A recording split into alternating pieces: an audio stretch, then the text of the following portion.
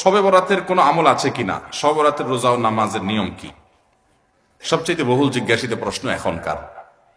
শবে বরাত আসছে, যেটাকে আসলে হাদিসের ভাষ্যে বলা হয়েছে মধ্য শাবানের রাত, শবে বরাত না, এটার হাদিসের ভাষ্যের নাম কি? মধ্য শাবানের রাত।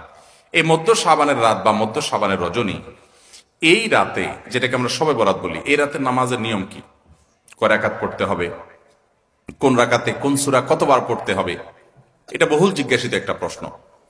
এবং এ ব্যাপারে আমরা অনেকে জানি যে শবে বরাতের নামাজে এত রাকাত পড়তে হবে, সেখানে সূরা কুল হুয়াল্লাহ, ইখলাস এতবার পড়তে হবে, ইত্যাদি ইত্যাদি।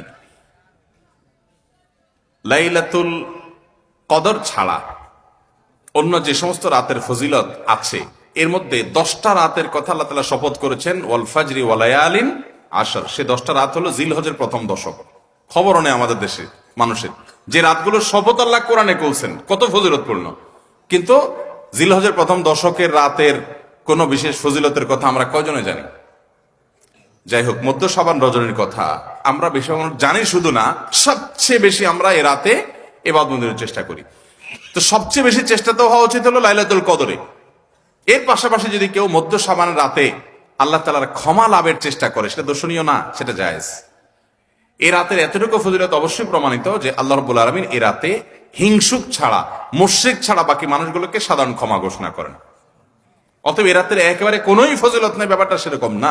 বিভিন্ন হাদিসের আলোকে এটুকু অন্তত সাব্যস্ত হয় যে আল্লাহ তাআলা হিংসুক এবং আপনার মুশরিক ছাড়া, মানুষের পিছিয়ে লাগে শত্রুতা, এই মানুষটা বাকি মানুষ থেকে মাফ করে। তাহলে মধ্য শাবানের রাত বা যেটাকে শবরাত বলছি আমরা, এই রাতের মূল আমলই হলো, এটাকে কেন্দ্র করে মূল আমলই হলো নিজেকে শিরক এবং হিংসা থেকে পরিচ্ছন্ন করা, সাধারণ ক্ষমার উপযুক্ত করা। এটা হলো মূল আমল, বাস।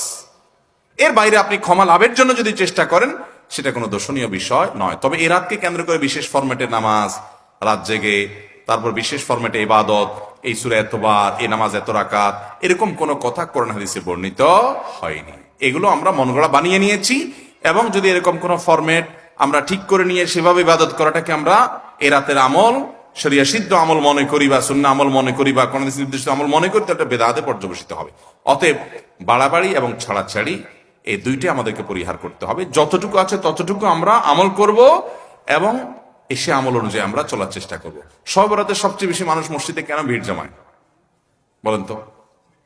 শবে কদর বেশি ফজিলতপূর্ণ না এই রাত? শবে কদর কোন তুলনা আছে শবে কদরের সাথে কোনটার? কিন্তু শবে কদরে কি এত মানুষ ইবাদত বন্দেগী করার চেষ্টা করে শবে বরাতে যত করে? কারণ কি?